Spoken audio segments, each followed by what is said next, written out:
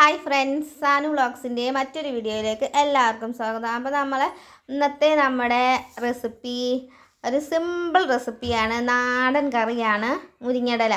അപ്പോൾ ഞാൻ മുരിങ്ങയിലേക്ക് അവിടെ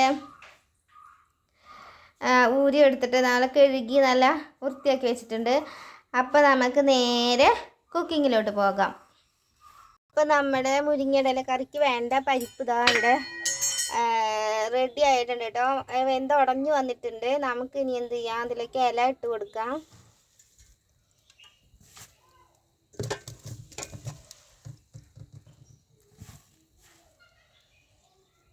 അപ്പം ഇനി നമ്മുടെ മുരിങ്ങയില കറിയിലേക്ക് നമ്മൾ 2 പച്ചമുളക് നട് കീറിയതാണ്,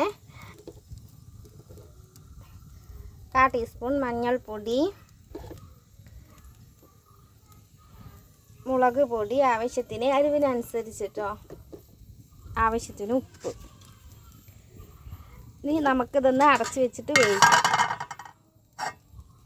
നമ്മുടെ മുരിങ്ങയിലൊക്കെ നന്നായി വെന്ത് വന്നിട്ടുണ്ട്.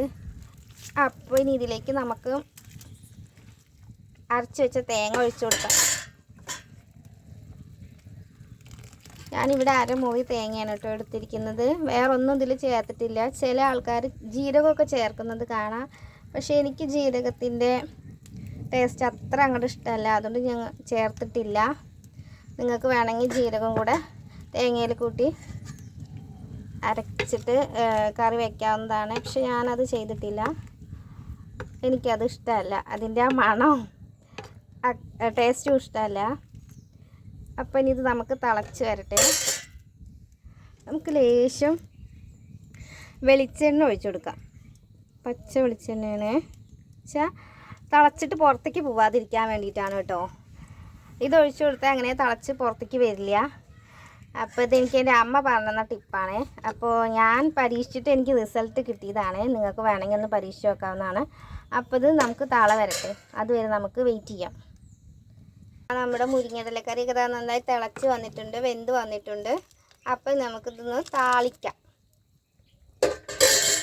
മുരിങ്ങയില താളിക്കാനായിട്ട് ഞാൻ വെളിച്ചെണ്ണ ഒഴിച്ച് കൊടുത്തിട്ടുണ്ട്. അതിലേക്ക് വറ്റൽ മുളക് ഇട്ട് കൊടുക്കാം.